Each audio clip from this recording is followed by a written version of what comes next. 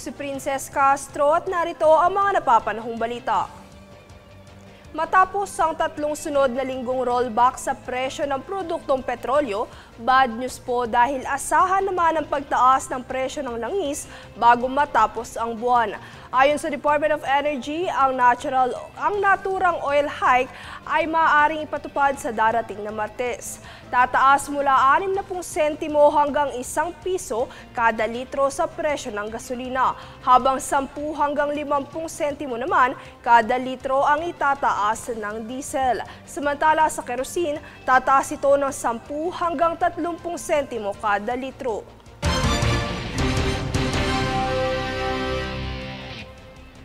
Ikinatuwa naman ng Original Filipino Music o OPM fans ang muling pagbabalik e entablado ng legendary rock band na Eraserheads na kanilang ibinahagi sa sorpresang pop-up concert sa screening ng kanilang documentary film na Eraserheads Combo on the Run.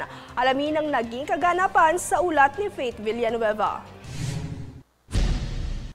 Gusto mo bang sumama? Dahil showing na simula nitong Biyernes hanggang ngayong linggo nationwide ang documentary film ng Philippines' most iconic rock band na Eraserheads na Combo on the Run, kung saan premiere night pa lang ay pinilahan ng mga fans sa sinehan. Halos 3 taon binuo ang docu-film kung saan pinagsama-sama ang mga miyembro ng banda na nabuo taong 1989, kabilang na si Ellie Buendia, Marcus Adoro, Buddy Zabala at Raymond Marasigan. Pinag-usapan sa naturang dokumentaryo ang mga isyung kinasangkutan at behind the scenes na pinagdaanan ng Eraserheads mula sa simula ng kanilang kasikatan hanggang sa paghihiwalay ng banda. Matapos ang docu-film screening, sinorpresa ng Eraserheads ang kanilang mga fans sa pamamagitan ng isang special concert sa Cineplex 18 Gateway Mall, kung saan itinanghal ng banda ang kanilang mga sikat na awitin tulad ng Super Proxy, Combo on the Run, Alapaap, Spolarium, Pariko at Magazine. Napuno ng malakas na palakpakan at hiyawan ang sinihan nang sabihin ng E-Heads frontman na si Ellie Buendia na wala ng huling El Bimbo dahil nagbabalik na sila aniya for good. Samantala, sunod na aabangan sa banda ang kanilang concert comeback na Electric Fun Music Festival na inaasahang gaganapin sa Mayo. Faith Villanueva, nag-uulat para sa Golden Nation Network.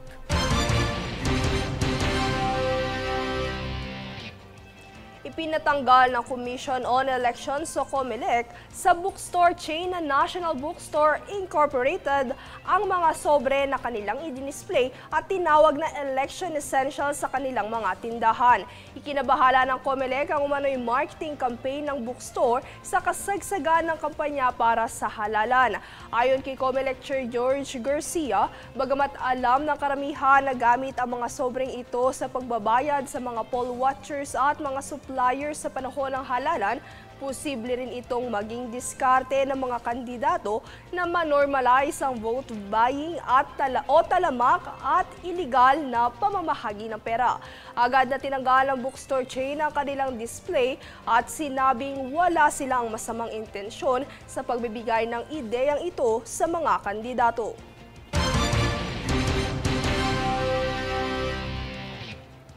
Kami ang boses ng pagbabago. Ako si Princess Castro at ito ang News Force. Sa ulo ng mga balita, mga batang edad 2 taon pababa, inaabisuhang pabakunahan laban sa tigdas kasunod ng pagtaas ng kaso nito. Pagresponde sa nasirang escalator ng MRT3, dagdag antala sa mga commuter. Senator Bato de la Rosa, sinabing mas pipiliing magtago sakaling maglabas ng warrant ang ICC laban sa kanya. Attorney Medialdea at Attorney Roque, hindi na magiging parte ng legal counsel ni dating Pangulong Duterte. Filipino fencers, wagi sa Cambodia meet. Game of Thrones star Ian Glenn kasama sa pelikulang Quezon. Patas at pantay na balita, komprehensibong ulat para sa pulso ng masa. Ito ang News Force.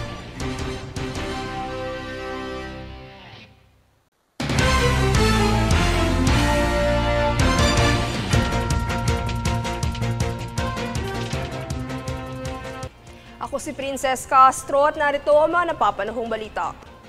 Nakipag-ugnayan ng Food and Drug Administration o FDA sa Health and Dietary Supplement Association of the Philippines upang mas paigtingin ang pamantayan sa regulasyon para sa health supplements. Nakatuon ang inisyatibang ito sa pagbuo ng patakaran para sa mga tradisyonal na gamot at health supplements na malawakang ginagamit sa bansa. Dagdag pa ng FDA, kanilang tinitiyak ang kaligtasan ng publiko habang sinusuportahan ang responsableng paglago ng mga micro, small, and medium enterprises.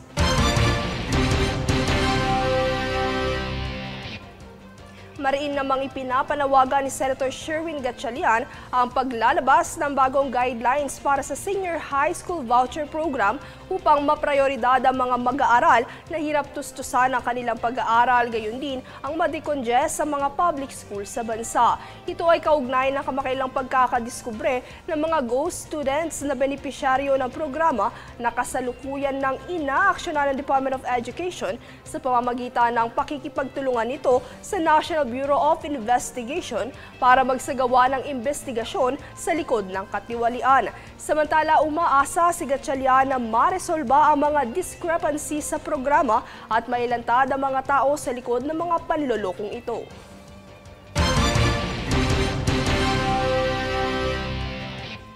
Samantala, nakibahagi ang Asian Development Bank o ADB sa patuloy na pagsasaayos at pagpapaganda ng pamahalaan sa Ilog Pasig sa ilalim ng proyektong Rejuvenating Pasig River for a Livable Manila.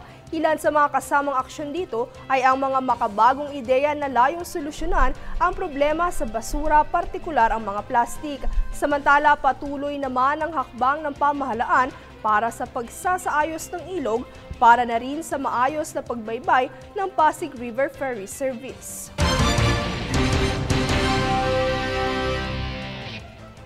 Kami ang boses ng pagbabago. Ako si Princess Castro at ito ang News Force. Sa ulo ng mga balita. Mga batang edad 2 taon pababa, inaabisuhang pabakunahan laban sa tigdas kasunod ng pagtaas ng kaso nito. Pagresponde sa nasirang escalator ng MRT-3, dagdag antala sa mga commuter.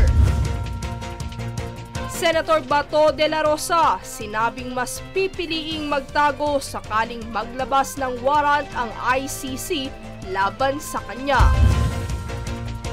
Attorney Medialdea at Attorney Roque, hindi na magiging parte ng legal counsel ni dating Pangulong Duterte. Filipino fencers wagi sa Cambodia meet. Game of Thrones star Ian Glenn kasama sa pelikulang Quezon. Patas at pantay na balita, komprehensibong ulat para sa pulso ng masa. Ito ang News Force.